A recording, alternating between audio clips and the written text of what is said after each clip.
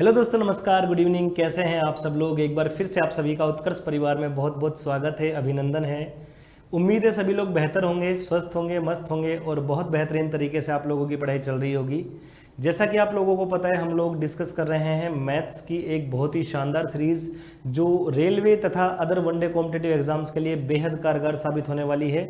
खास करके railway, ALP, technician, RPF, SI, constable, in exam के लिए ये जो हम सीरीज चला रहे हैं ये रामबाण साबित होने वाली है। बहुत ज़बरदस्त सवालों के साथ बहुत बेहतरीन मैं मेहनत आप लोगों को करवा रहा हूँ। मेरे साथ सारे के सारे भाई इसी तरीके से जुड़े रहें और जितने भी लोग अभी हम जुड़ चुके हैं हमारे साथ, सारे के सारे भाई एक बार सेशन को शेयर कर देंगे, वीडियो को लाइक कर देंगे। और चलिए दोस्तों, आपके लिए पहला सवाल आज की क्लास का मैं लेकर आता हूँ आपके सामने। पहला क्वेश्चन आप लोगों के सामने प्रॉफिट एंड लॉस का है और जैसा कि आपको पता है प्रत्येक क्वेश्चन को करने के लिए मैं आप लोगों को ऑलमोस्ट 30 सेकंड से 45 सेकंड का टाइम देता हूं। तो यहां भी मैं आप लोगों को टाइम दे रहा हूं। क्वेश्चन का जवाब आप सभी भाइयों को देना है। क्वेश्चन दिया हुआ है, अतुल 400 रुपये की 12 पेंसिल बेचता है। अगर 4 पेंसिल के क्रय मूल्य के बराबर उसको हानि होती है तो एक पेंसिल का क्रय मूल्य कितना होगा, ये आप लोगों को बताना है। बहुत ही प्यारा सवाल है, प्रॉफिट एंड लॉस से है और प्रॉफिट एंड लॉस का ये शानदार टाइप होता है जब हानि क्रय मूल्य के बराबर होती है, विक्रय मूल्य के बराबर होती है। अक्सर आप लोगों ने पढ़ा भी होगा, शायद आप लोग बता भी पाओगे। तो चलिए भाई जल्दी से कमेंट करेंगे क्वेश्चन का जो आंसर है वो क्या होने वाला है। प्रॉफिट एंड लॉस का बेहद ही शानदार टाइप का ये क्वेश्चन है। ऑलमोस्ट आपका टाइम भी पूरा हो चुका है। ध्यान से आप लोग मेरी बात को समझोगे, जो मैं यहाँ पे समझाऊंगा आप सभी भाइयों को। देखिएगा, एक छोटी सी बात आपको जाननी है बस यहाँ पे, ठीक है। 45 सेकंड आपके कंप्लीट हो चुके हैं। देखो भाई, एक छोटी सी बात सुनिएगा कि जब आपको हानि होती है तो जो अपना विक्रय मूल्य होता है वो बराबर होता है क्रय मूल्य माइनस हानि के। जब आपको हानि होती है तो विक्रय मूल्य जो होता है वो क्रय मूल्य माइनस हानि के बराबर होता है। आप कहोगे सर ये कैसे पता चलेगा, कैसे होता है? तो देखो बोर्ड पे ध्यान दो। मान लो मैं आपसे ये कहता हूँ कि यार कोई चीज़ 70 रुपये की है, जब आपने उसको बेचा तो आपको 10 रुपये का नुकसान हो गया। तो आप कह दोगे सर 70 में से 10 घटाओ। आप कह दोगे सर हमने उसको कितने का बेचा है, 60 रुपये का बेचा है। बोलो ऐसा ही तो होगा। मान लो कोई चीज़ जो है वो 70 रुपये की है, आपने जब उसको बेचा तो आपको 10 रुपये का नुकसान हुआ, तो 70 में से 10 घटा दो तो आपने 60 का बेचा। तो आपको याद रहे कि विक्रय मूल्य जो होता है वो क्रय मूल्य माइनस हानि होता है, ठीक है। थोड़ी देर के लिए आप इस 400 रुपये को इग्नोर कर दीजिए। थोड़ी देर के लिए ये 400 रुपये जो है ये अपने को एसपी दिया हुआ है। क्या दिया हुआ है? ये एसपी दिया हुआ है कि भाई 400 रुपये की 12 पेंसिलों को बेच रहा है। ध्यान से सुनो, टोटल कितने पेंसिल बेच रहा है भाई? 12 पेंसिल बेच रहा है। उसको 4 पेंसिल के क्रय मूल्य के बराबर जो है वो हानि हो रही है। तो देखो बोर्ड पे ध्यान दो, मैं ऐसा कह सकता हूँ भाई 12 पेंसिल आप बेच रहे हो तो भाई 12 का जो विक्रय मूल्य आपका होने वाला है, विक्रय मूल्य क्या होता है? क्रय मूल्य माइनस हानि। तो पहले तो लिखोगे आप 12 का क्रय मूल्य, पहले तो लिखोगे 12 का क्रय मूल्य, माइनस में आएगा हानि। हानि हो रही है 4 पेंसिलों के क्रय मूल्य के बराबर, तो यहाँ लिख देता हूँ मैं 4 का क्रय मूल्य। यहाँ क्या लिख देते हैं भाई? 4 का क्रय मूल्य। ऐसा ही तो होगा भाई, विक्रय मूल्य बराबर क्रय मूल्य माइनस हानि। विक्रय मूल्य कितनी वस्तुओं का? 12 वस्तुओं का। अब 12 पेंसिल बेच रहे हो तो 12 का विक्रय मूल्य, तुरंत आ जाएगा यहाँ 12 का क्रय मूल्य और माइनस में आ जाएगा 4 का क्रय मूल्य, ठीक है। क्योंकि हानि कितने के बराबर हो रही है? 4 के क्रय मूल्य के बराबर। तो मैं ये कह सकता हूँ कि जो 12 का एसपी आपका होगा वो किसके बराबर आएगा? 12 के सीपी में से 4 का सीपी घटाइए, वो आपका 8 के सीपी के बराबर आ जाएगा। अब ध्यान से मेरी बात को सुनो, 12 का जो एसपी है, 12 का जो विक्रय मूल्य है वो सवाल में आपको दिया हुआ है और कितना दिया हुआ है? 400 आपको दिया हुआ है। तो मैं कह दूंगा ये जो 400 रुपये है ये किसके बराबर है? ये 8 वस्तुओं के क्रय मूल्य के बराबर है, ठीक है ना मेरे बच्चे? 8 वस्तुओं के क्रय मूल्य के बराबर है। सवाल में पूछा है एक पेंसिल का क्रय मूल्य क्या होगा, एक का क्रय मूल्य क्या होगा? तो आप कह दो सर 400 रुपये जो है ये 8 वस्तुओं का क्रय मूल्य है, तो एक वस्तु का क्रय मूल्य कितना हो जाएगा? आप कह दोगे सर 50 रुपये जो है वो हमारे क्वेश्चन का एकदम राइट आंसर यहाँ पे हो जाएगा। तो ऑप्शन सी जो है हमारा वो एकदम करेक्ट आंसर हो जाएगा। उम्मीद है सभी लोगों को ये क्वेश्चन समझ में आया होगा। ऐसा बेहतरीन सवाल हम और भी आगे करते रहेंगे, लगातार अलग अलग डाटा के साथ। पूरा रिवीजन भी आपका चलता रहेगा, कंसेप्ट वाइज, टॉपिक वाइज, सारी चीज़ें आप लोगों की चलती रहेंगी। अगले सवाल की तरफ हम बढ़ते हैं बिना किसी देरी के। अगला सवाल देखो, अगला सवाल में परसेंटेज और क्षेत्रफल आयतन इन दोनों का लॉजिक एक साथ लगा हुआ है। तो देखते हैं कौन भाई इस क्वेश्चन का आंसर मुझे बता पाएगा। क्वेश्चन में दिया हुआ है दोस्तों, अगर घन की भुजा में 20% की वृद्धि की जाती है तो घन के आयतन में कितने परसेंट की वृद्धि होगी, ये आप लोगों को बताना है। तो देखो यहाँ पूरा का पूरा जो कॉन्सेप्ट है वो परसेंटेज का भी लगेगा, और दूसरा जो कॉन्सेप्ट है आपको पता है घन यानी कि क्यूब। आप कहाँ पढ़ते हो भाई, ये आप पढ़ते हो क्षेत्रफल तथा आयतन में, तो क्षेत्रफल आयतन वाला भी यूज होगा यहाँ पे। तो दोनों को ही आप लोगों को यूज करना है और बताना है क्वेश्चन का आंसर कितना होगा। ज़्यादा समय का ये सवाल नहीं है, बेहद आसान सवाल है, मुश्किल से 15 से 20 सेकंड इस सवाल में आपको लगने चाहिए भैया ना।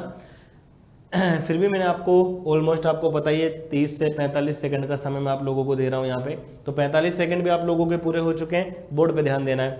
दिया गया है घन की भुजा में, घन की भुजा को मैं ए मान रहा हूँ, घन की भुजा में 20% की वृद्धि हो रही है, घन की भुजा में 20% की वृद्धि हो रही है। आपसे ये पूछा गया है, ये बताओ इसके आयतन में कितनी वृद्धि होगी। ठीक है, अब आपको पता है घन का जो आयतन होता है वो भुजा का क्यूब होता है, घन का आयतन जो होता है वो भुजा का क्यूब होता है। अब ध्यान दो बोर्ड पे, 20% को भिन्न में बदल लो, 20% का मतलब होता है 1/5। इसका मतलब अगर भुजा 5 है तो वृद्धि कितने की होगी, 1 की हो जाएगी।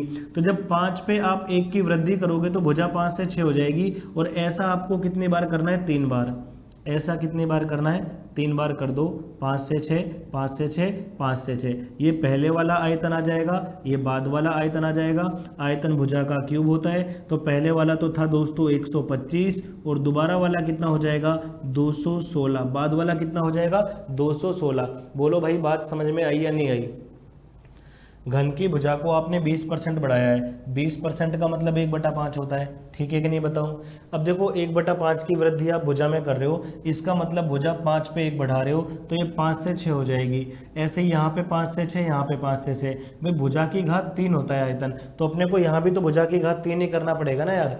अब देखो आप ध्यान से समझो आप यहाँ पे कि भाई जो वृद्धि हमारी हो रही है, जो वृद्धि हमारी यहाँ पे हो रही है, आप खुद देखो जो हमारा आयतन है वो 125 से 216 हो रहा है, तो टोटल वृद्धि 91 की हो गई, किस पे, 125 पे हो गई।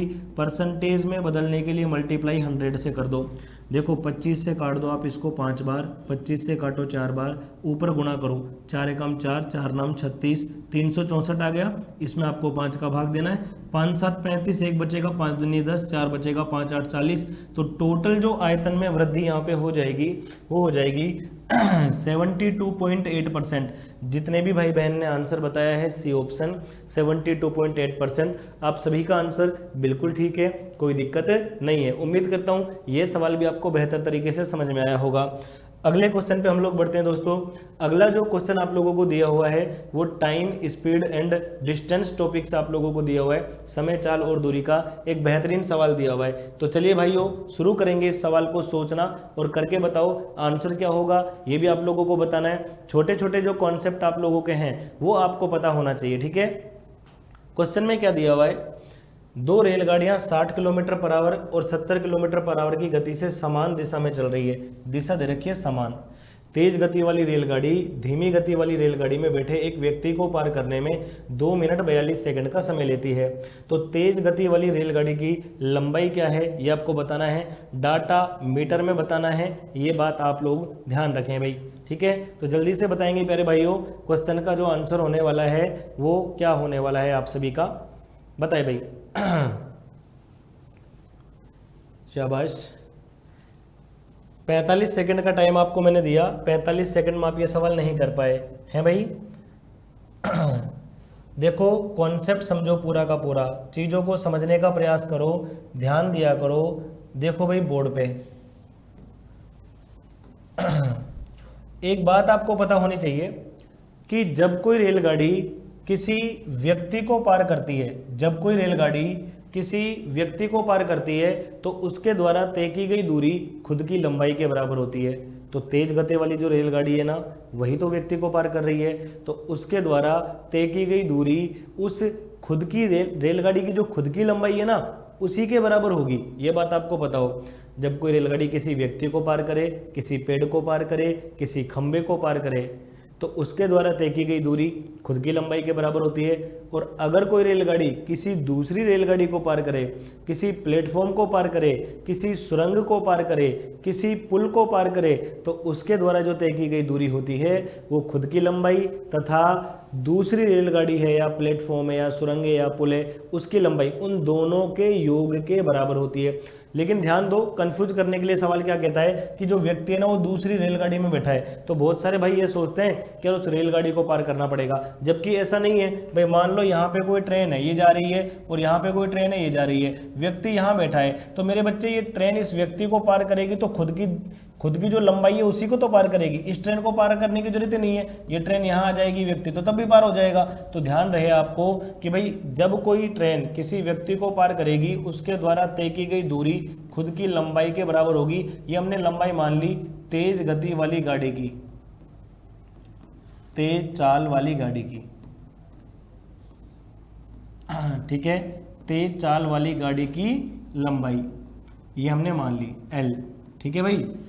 उसके द्वारा तय की गई दूरी खुद की लंबाई के बराबर ही होगी। अच्छा सुनो भाई, जब दो रेलगाड़ियां चल रही होती है ना तो चाल की जगह सापेक्ष चाल का यूज किया जाता है। जब दिशा समान होती है तो सापेक्ष चाल घट जाती है। सापेक्ष चाल रिलेटिव स्पीड, दिशा जब समान होती है सापेक्ष चाल घट जाती है। एक रेलगाड़ी 70 की स्पीड से, एक 60 की स्पीड से, तो सापेक्ष चाल आ जाएगी 10 kilometre per hour. 10 kilometre per hour ये हमारे पास चाल आ गई। लेकिन दोस्तों इसे भी हम लोग मीटर पर सेकंड में बदल सकते हैं। इसको आप 5/18 से गुणा कर दो, 5/18 से, 2 से 9 बार, 2 से 5 बार, तो 5 पंजे 25, तो ये आ जाएगा 25/9 मीटर पर सेकंड। देखो भाई आप खुद सोचो, एक रेलगाड़ी 70 की स्पीड से जा रही है, उसी दिशा में एक रेलगाड़ी 60 की स्पीड से जा रही है, तो हर घंटे में 10 का ही तो गैप आएगा, तो इनकी सापेक्ष चाल 10 किलोमीटर पर आवर हो जाएगी। ठीक है, दूरी पता लग गई, चाल पता लग गया। समय की बात कर लेते हैं प्यारे बच्चों। देखो समय जो आप लोगों को दिया हुआ है वो दिया हुआ है 2 मिनट 42 सेकेंड, 2 मिनट और 42 सेकेंड। आप इसको पूरे को सेकंड में बदल लो। देखो 2 मिनट में 120 सेकंड होता है, 42 ही हो जाएगा, तो 120 और 42 162 सेकंड हो जाएगा। ठीक है भाइयों, तो अब लगा देते हैं दूरी बराबर चाल गुना समय होता है। डिस्टेंस जो होता है वो स्पीड इनटू टाइम होता है। देखो दूरी कितना, तो दूरी तो L आ जाएगा। स्पीड कितना है 25/9, स्पीड कितना है 25/9, और भैया टाइम कितना लग रहा है 162 सेकेंड। 9 से काटो मेरे बच्चों इसको, 18 बार कट जाएगा, और 25 को 18 से गुना करो आप तो रेलगाड़ी की लंबाई आ जाएगी 25 अट्ठे 225 से कम 25 और 20 45, यानी कि ये आ जाएगा 450 मीटर। तो हमारे इस क्वेश्चन का जो राइट आंसर होने वाला है भाइयों वो कितना होने वाला है, ऑप्शन सी होने वाला है 450 मीटर। हमारे क्वेश्चन का एकदम राइट आंसर यहाँ पे होने वाला है। एक बेहद ही बेहतरीन सवाल था, बढ़िया सवाल था। उम्मीद है आप सभी भाइयों को समझ में आया होगा बहुत अच्छे तरीके से। अगले सवाल की तरफ बढ़ते हैं। अगला सवाल हमने लिया है प्यारे भाइयों साधारण ब्याज से। सवाल दिया हुआ है कि साधारण ब्याज पर लगाई गई कोई धनराशि 7 साल में 4 गुना हो जाती है, तो कितने साल में ये राशि 16 गुना हो जाएगी, ये आप सभी भाइयों को बताना है। तो जल्दी से भाई सवाल का आंसर दीजिए। क्या होगा आपको पता होगा, सेम टू सेम जो क्वेश्चंस होते हैं वो चक्रवृद्धि ब्याज में भी आते हैं, लेकिन चक्रवृद्धि ब्याज में कॉन्सेप्ट अलग यूज़ किया जाता है। चक्रवृद्धि ब्याज में जो कॉन्सेप्ट है ना वो अलग यूज़ आता है दोस्त। ठीक है भाई,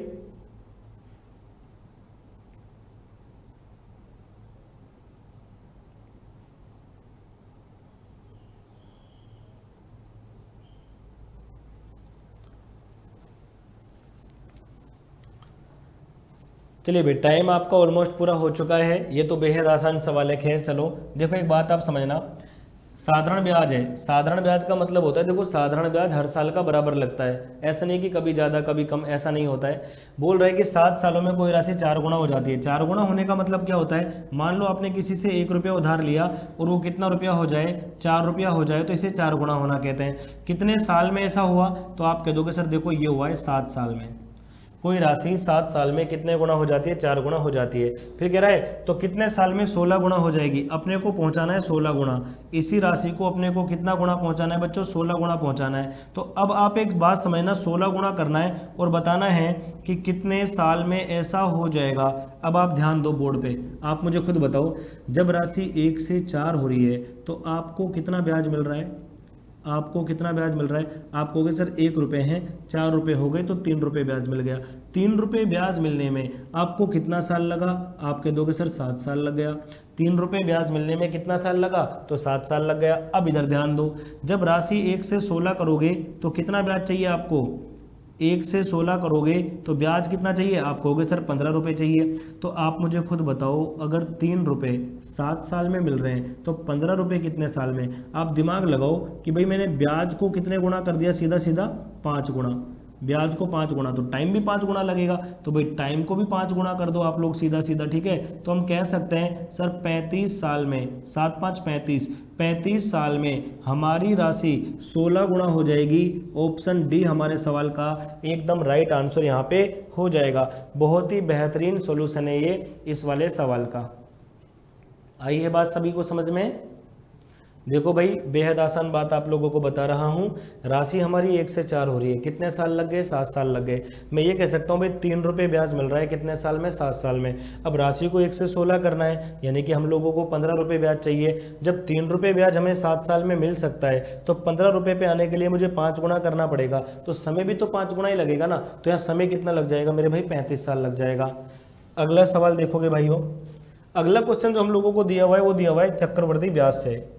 नेक्स्ट क्वेश्चन आप लोगों को दिया हुआ है चक्रवृद्धि ब्याज से, तो जल्दी से बताएंगे आप लोग। 24,000 रुपये पर 35% प्रतिवर्ष चक्रवृद्धि ब्याज की दर से वार्षिक रूप से संयोजित होने पर 2 साल में ये राशि कितनी हो जाएगी?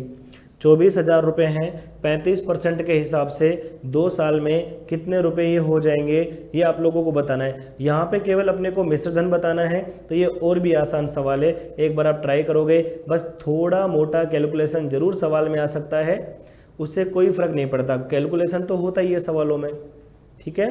बताएंगे भाई आंसर क्या आएगा। केवल मिश्र धन बताना है, तो ब्याज वगैरह भी निकालने की आवश्यकता नहीं है, डायरेक्ट ही हम सवाल को कर सकते हैं। आप चाहें तो जैसा कि आप सभी भाई जानते हैं, चक्रवृद्धि ब्याज में हम लोग पहले ब्याज निकाल लेंगे और मूलधन को अगर ब्याज में जोड़ दिया जाए तो हमारे पास मिश्र धन भी आ जाएगा, बट हमें उसकी नीड ही नहीं है, हम लोगों को सीधा सीधा मिश्र धन बताना है। तो मैं सीधा कह दूंगा, देखो सुनो भाई, अमाउंट अपने को बताना है, मिश्र धन अपने को बताना है। मैं कह दूंगा भाई हमारे पास 24,000 रुपये की राशि है, हमारे पास 24,000 रुपये की राशि है, हर साल इस पर 35% ब्याज मिलेगा। तो पहले साल जब 35% ब्याज मिलेगा तो ये राशि बढ़ के हो जाएगी 135%। अब ऐसा 2 साल तक जा रहा है तो फिर से राशि 135% हो जाएगी, ठीक है भाई। ये काम आपको करना है, सिंपल मिश्र धन आ जाएगा, सिंपल। 2 साल की बात कर रहा है, 3 साल होता तो फिर से 135% कर देता, ठीक है ना भाई। 24,000 की राशि है, 35% ब्याज मिल रहा है तो राशि 135% हो जाएगी, आगे भी 135% हो जाएगी, 2 साल है। सोल्व कर लो। देखो भाई 2 जीरो से आप यहाँ पे 2 जीरो काट सकते हो, 1 जीरो से आपका ये जीरो भी कट जाएगा यहाँ पे। 5 से अगर काटेंगे तो 5 से कटेगा मेरे भाई 2 बार, 5 से कट जाएगा ये 27 बार, ठीक है। 2 से अगर आप 24 को काटोगे तो ये कट जाएगा आपका 12 बार। तो मिश्र धन निकाल रहा हूँ, पहले गुणा कर लो, 12 गुणा 27 को कर रहा हूँ इससे, 27 पंजे 135, हासिल 13 आएगा। 27 थे 81, 81 में अगर 13 जोड़ूंगा तो 94 हो जाएगा, हासिल 9। 27 से कम 27 और 9 36 होता है, यानी कि ये 3645 आ गया। अगर मैं इसको इससे गुणा करता हूँ तो अब फाइनली हमें क्या करना है, 12 को और गुणा करना है। तो 12 पंजे 60, 12 चौके 48 और 6 54 का 4 हो जाएगा, हासिल आ गई 5। 12 छिक्की 72 और 5 77, हासिल आ गई 7। 12 त्या 36 और 7 43 होता है, यानी कि हमारी जो ये राशि है, हमारी जो ये राशि है दोस्तों, ये बढ़ के हो जाएगी 43,740 रुपये, यानी कि ऑप्शन ए जो होगा वो हमारा करेक्ट आंसर हो जाएगा। कैलकुलेशन को मजबूत बनाओ मेरे भाइयों। कैलकुलेशन के लिए आप छोटी छोटी चीज़ों पे काम किया करो, आप पहाड़े याद किया करो, आप स्क्वायर याद किया करो, आप क्यूब याद किया करो, थोड़े बहुत स्क्वायर रूट क्यूब रूट भी याद रखो, लेकिन सबसे जो इम्पोर्टेंट होता है वो होता है पहाड़े। गुणा भाग की आप लोग लगातार अभ्यास करते रहें, ये बात मैं हर क्लास में आप लोगों को बताता भी हूँ। अगर आप अभ्यास नहीं करोगे तो क्वेश्चन नहीं कर पाओगे। यार ये बेहद आसान सवाल है, लेकिन अगर इसी में हम लोगों को 2 मिनट लग रहे हैं, 3 मिनट लग रहे हैं, तो पेपर को मैनेज कैसे करेंगे हम लोग। पेपर में तो हमको बहुत सारे क्वेश्चंस करने होते हैं बहुत कम समय में, तो मैनेज भी तो करना है ना। तो टाइम मैनेज करने के लिए मैथ्स सबसे ज़रूरी होता है, क्योंकि मैथ्स में ही तो समय बर्बाद होता है। जीके का क्वेश्चन आ रहा है तो ठीक है, नहीं आ रहा है तो ठीक है, समय बर्बाद होता है मैथ्स में। रीजनिंग में भी इतना समय नहीं लगता है, लेकिन मैथ्स में बहुत समय लगता है। तो प्लीज़ आप लोगों से रिक्वेस्ट है, अपने कैलकुलेशन वाले पार्ट को अच्छा बनाओ मेरे भाई, है ना। अगले क्वेश्चन की तरफ हम बढ़ते हैं। अगले क्वेश्चन से पहले आप लोगों को बताना चाहूँगा दोस्तों, आप लोगों को भाइयों को पता भी होगा, अपने दोस्तों भाई बहनों सबको भी ये पता कर दीजिए कि उत्कर्ष परिवार की तरफ से बिग समर सेल ऑफर चल रहा है दोस्तों, जो आपका 14 जून से लेकर 20 जून तक चल रहा है। मैं आपको बताना चाहूँगा इस पर क्या होगा कि उत्कर्ष ऐप पर एसएससी एंड रेलवे के सभी ऑनलाइन कोर्सेज पर, एसएससी और रेलवे का, चाहे आप एसएससी की सीजल की तैयारी कर रहे हो, CPO, CHSL, railway, ALP, technician, RPF, SI, constable, आप किसी भी एग्जाम की अगर तैयारी कर रहे हो तो आपको सभी ऑनलाइन कोर्सेज पर अप टू 90% का तो दोस्तों डिस्काउंट मिलने वाला है ही, इसके साथ साथ आपको 13% का एक्स्ट्रा डिस्काउंट भी यहाँ पे मिलने वाला है, इसके साथ साथ 13% का एक्स्ट्रा डिस्काउंट भी यहाँ पे मिलने वाला है। तो एक सवाल तो आप लोगों के लिए यही बन गया कि अगर 90% और 13% की दो क्रमागत छूट है तो इनकी अकेली छूट क्या होगी ये बताओ, ठीक है, एक तो सवाल ही हो गया। तो चलिए भाई बताना चाहूंगा कि आप लोग उत्कर्ष क्लासेस के ऐप डाउनलोड कर सकते हैं, उत्कर्ष क्लासेस के ऐप पे आप एनरोल कीजिए, आपको सभी कोर्सेज पर अप टू 90% का डिस्काउंट तो मिलने वाला ही है, साथ में 13% का एक्स्ट्रा डिस्काउंट भी मिलेगा। ये कब मिलेगा? ये तब मिलेगा जब आप कूपन कोड अप्लाई करोगे UC13, जब आप कूपन कोड अप्लाई करोगे UC13, ध्यान रहे तब जाके आप लोगों को ये जो डिस्काउंट है मिलेगा। ठीक है प्यारे बच्चों, तो अपने सभी भाई बहनों के साथ, दोस्तों के साथ इस जानकारी को आप जरूर साझा करें। ठीक है भाई, चलिए आगे हम लोग बढ़ते हैं। अगला सवाल हमारे सामने है दोस्तों, एक 6 मीटर लंबाई, 8 मीटर चौड़ाई और 20 मीटर ऊंचाई वाला कोई कमरा है। पूछा गया है इसमें रखी जा सकने वाली सबसे लंबी छड़ की जो लंबाई होगी वो क्या होगी, ये आप लोगों को बताना है। देखो ये जो कमरा होता है ये घनाभ के शेप में होता है, पहले भी मैं आपको बता चुका हूँ। अगर कभी भी पूछ लिया जाए कि इसमें रखी जा सकने वाली बड़ी से बड़ी छड़ की लंबाई बताओ आपको, what is the length of the longest road, अगर आप लोगों से ऐसा पूछ ले तो आपको कुछ नहीं करना मेरे बच्चों, उसका विकर्ण ज्ञात करना होता है। कमरे में जो सबसे बड़ी छड़ रखी जा सकती है वो उसका विकर्ण होता है, उस कोने से लेकर और इस कोने तक आना, उस कोने से लेकर इस कोने तक आना, ये इसका विकर्ण कहलाता है। और आपको पता होना चाहिए कि घनाभ का विकर्ण क्या होता है। ठीक है, चलिए भाई समझाते हैं आप लोगों को, आप समझ जाइए। यहाँ पे आप लोगों से विकर्ण पूछा गया है, क्या पूछा गया है? विकर्ण पूछा गया है। और विकर्ण जो होता है ना घनाभ का, वो होता है दोस्तों अंडर रूट में लंबाई का स्क्वायर प्लस चौड़ाई का स्क्वायर प्लस ऊंचाई का स्क्वायर, ये हमारा विकर्ण होता है। सवाल अगर आप लोग देखोगे तो आपको लंबाई दे रखी है 6 मीटर, चौड़ाई दे रखी है आपको 8 मीटर और ऊंचाई जो आप लोगों को दे रखी है वो 20 मीटर दे रखी है। लंबाई, चौड़ाई और ऊंचाई आप लोगों को दे रखी है 20 मीटर। तो भाई विकर्ण अपने को बताना है तो अंडर रूट में लंबाई का स्क्वायर यानी भाई 6 का स्क्वायर कर दो 36 आएगा, चौड़ाई का स्क्वायर यानी 8 का स्क्वायर कर दो 64 आ जाएगा, और भाई 20 का स्क्वायर कर दोगे तो 400 यहाँ पे आ जाएगा। तो देखो भाई 36, 64, 100 और 400 ये टोटल हमारे पास 500 हो चुका है। और आप सभी भाई जानते भी होंगे कि 500 को आप ऐसे लिख सकते हो 5 गुणा 100, क्या लिख सकते हो 5 गुणा 100। तो देखो भाई जो 5 है वो तो रूट में ही रहेगा और 100 का वर्गमूल 10 होता है, तो 10 रूट 5 क्या आ जाएगा 10 रूट 5 सेंटीमीटर। ये हमारे सवाल का एग्जैक्ट आंसर आएगा ऑप्शन नंबर डी। क्या आ जाएगा भाइयों 10 रूट 5 सेंटीमीटर जो है वो हमारे सवाल का एग्जैक्ट आंसर यहाँ पे आ जाएगा।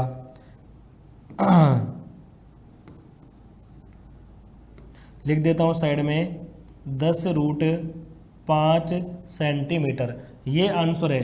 कमरे में आप इतनी बड़ी छड़ रख सकते हो, अगर कमरे की लंबाई 6 सेंटीमीटर है, चौड़ाई 8 सेंटीमीटर है और ऊंचाई कितने सेंटीमीटर है 20 सेंटीमीटर है, तो आप ये रख सकते हो। क्लियर बात?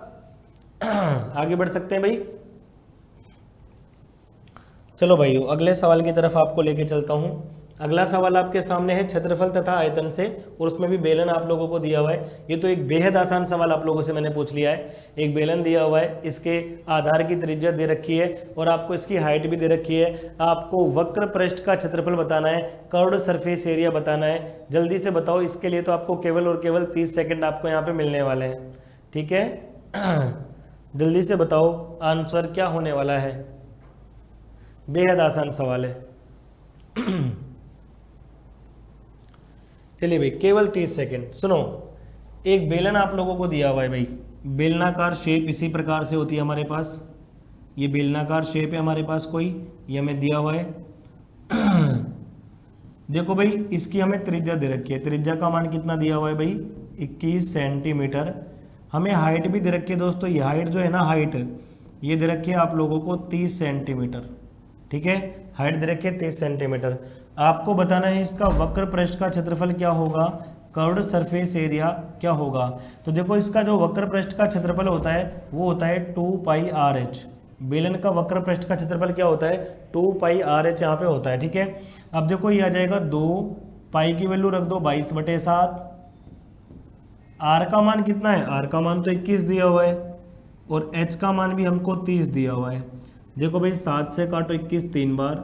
अब ये कितना आएगा ध्यान दो, 22 दूनी 44 होता है, गुणा 3 3 9 यानी ये 90 आ गया। अब गुणा कर लो भाई, जीरो तो आ ही जाएगा, 9 चौके 36 पे 6, 9 चौके 36 और 3 39 हो जाएगा, यानी कि ये आ जाएगा हमारे पास 3960 सेंटीमीटर स्क्वायर। क्षेत्रफल जो होता है वो स्क्वायर में होता है, तो मैंने कह दिया कितना आ जाएगा भाइयों 3960 सेंटीमीटर स्क्वायर। ये हमारे पास आएगा बेलन में दोनों जगह, यहाँ भी रेडियस ये भी रेडियस, शेप आप लोग जानते हो।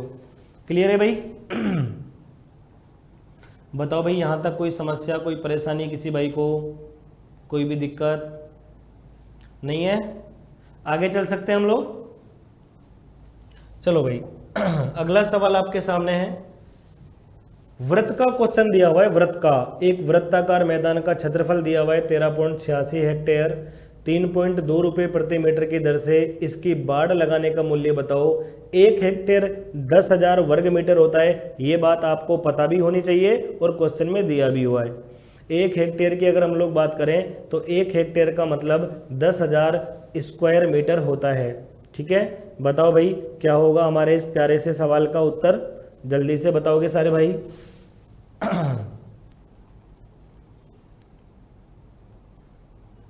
बोलो भाई।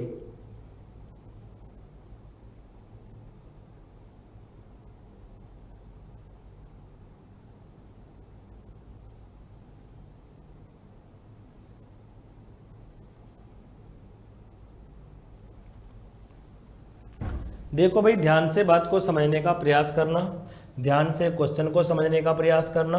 सारी चीज़ें बेहद आसान होती हैं हमेशा की तरह, ये बात मैं आप लोगों को बताता हूँ। देखो सुनो भाई, सवाल क्या कह रहा है, वृत्ताकार मैदान का क्षेत्रफल दिया हुआ है 13.86 हेक्टेयर।